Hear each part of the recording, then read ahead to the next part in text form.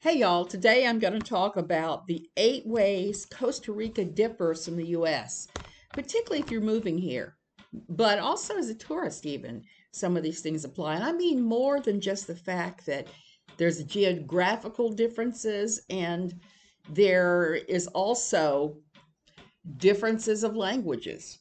And I have to say I've heard all kinds of languages spoke here.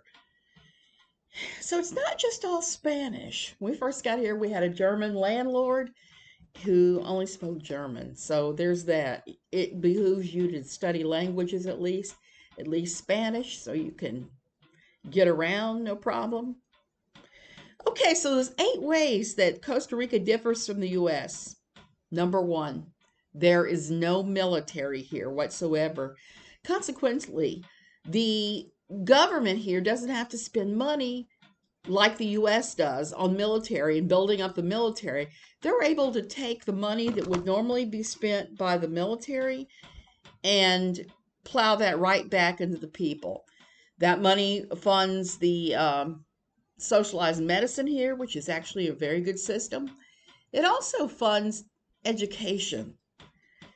College is free here if you're lucky enough to score highly enough to get in. For a lot of people, it's free.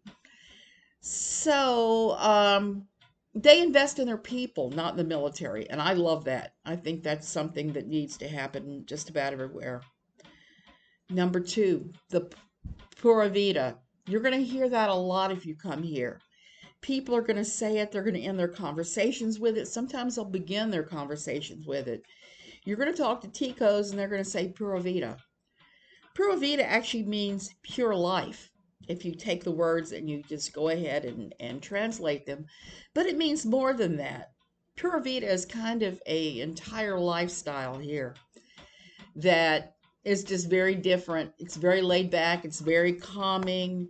It's a place where there's just not a lot of fighting. And I've said that before as far as like getting things repaired. People won't tell you bad things, but that's not necessarily a bad thing. Sometimes it's actually kind of nice. So the Pura Vida thing, it just encompasses the entire way things are done here. Beautiful life, pure life, however you want to translate it, kickback, whatever. There's a lot of different meanings of Pura Vida. So which leads me to point number three. One of the things for me that I absolutely love here is it's a much slower pace of life. Um, I have chronic illnesses and I needed a slower pace of life. We came here and it is slower. Now, a lot of Americans get very frustrated with that and they leave. They say, I can't take this. If I ask you to come out from the plumber on a Tuesday, I need you here on a Tuesday, or I need this and that.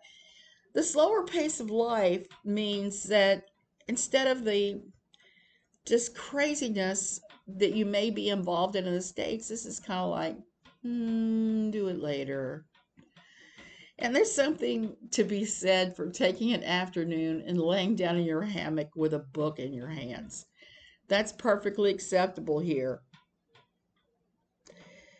Number four, the most amazing thing to me, you're really very seldom more than a 2 hour ride from the beach, from pretty much anywhere. There's some type of beach that's near, not too terribly far.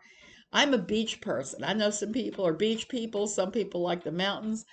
Costa Rica is unique in that it has all kinds of terrain, whatever you like, whether it's mountains or the ocean.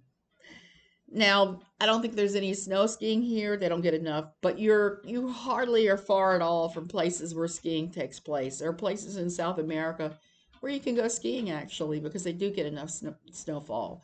Or you can go back to the States. You're never more than about a 3 hour ride on the plane from the States here in Liberia. So there's that. Um, you are really never more than an hour away from some fascinating natural phenomenon that you must see. What do I mean by that? Oh, there's so many things. Like when you're in Arnal, going and sitting in the volcanic hot springs, or climbing Sarachato, or climbing Arnal volcano itself. You can do those things there. Or say you can go to from here an hour, I could go to the waterfalls in Bagaces. There's that. North of here, there's all kinds of, there's the Blue River, there's more volcanoes, there's all kinds of things. So there's so many wonderful things to see. We're a mile and a half from a beach where it's protected. It's a national park because the turtles lay their eggs there. So there's always something to do and see that's incredible, natural, and just amazing you won't see in the United States. Number 6, and this is what I call Costa Rica's most valuable asset. Can you guess what that is? Is it the microclimes? Is it the lack of military? Is it this? Is it that? No. The most wonderful thing and the biggest natural resource, the best one about Costa Rica are the wonderful ticos. Ticos are what the locals call themselves. The ones from Nicaragua call themselves Nicos. Nicos are very hard workers. I've hired a number of them here. They are very, very, very hard workers. Ticos are good too.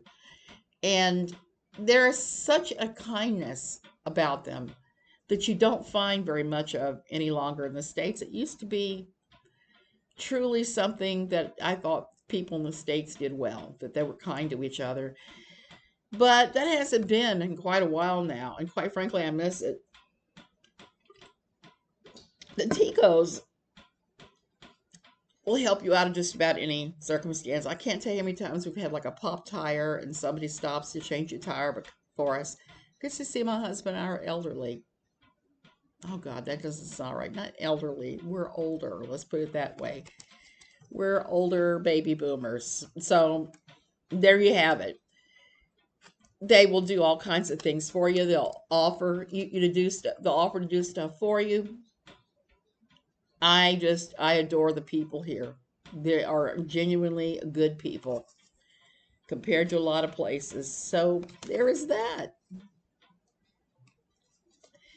The 7th thing, Costa Rica's cost of living is lower than any major metropolitan area in the USA. Now, if you're living in the hinterlands, you're living in a very rural area, that might not be true because I've seen people move here from rural areas and freak out and go, oh my gosh, everything costs 10 times what I thought it would cost. There are some things you're going to pay the same or more for than we do in the States. Electricity and gasoline are two of the ones that pop to mind. Also, we've had a large rental and price jump in available housing here. If you're buying or you're renting, you can't help that. And there are parts of the country here where it's quite reasonable. It's not anywhere near as expensive. Where we first were in Copa de Dota, houses there rent for between $150 to $200 a month. If you're on a Social Security, that can go a long way in some place like Copa because there's all this very inexpensive housing there. And you're up in the mountains, it's cold, it's wonderful. So when you come here, that's my advice. Visit all over the place and then decide where you're going to live. Don't just go to one place and say, this is it. You know, for me, I would like to have a house in Atenas. Atenas is actually near San Jose. It doesn't have a beach, but it's up on the top of a mountain. Not only is it there, but for me, it has such an incredible microclimate. I can breathe there. I go visit every now and then so I can just sit outside on the mountain and take a deep breath without any kind of restrictions from the asthma. Okay, the final and a very important point as to why that you might want to come visit and or live in Costa Rica is the incredible abundance of wildlife and plants. There's a saying here that you can take a dead stick and plant it in the soil, and it's so rich from the volcanic soil and all that it will grow a dead stick. Well, that's not exactly true, but it's pretty damn close. It is. So many things grow so well here. You could have an incredible garden. My garden consists of birds of paradise, fruit trees, and Hawaiian gingers. So If you like to grow, it's the thing here. And if you love animals, this is the place for it because you will see in abundance. You'll be driving up near the mountains near um, Arnall. You'll see all these wonderful toucans. During the pandemic, we saw more animals come out that I'd never seen before. I had never seen a black toucan, a black-billed toucan, but I saw one in my yard during the pandemic, and every now and then I hear it, and I'm like, yeah, you're out there somewhere.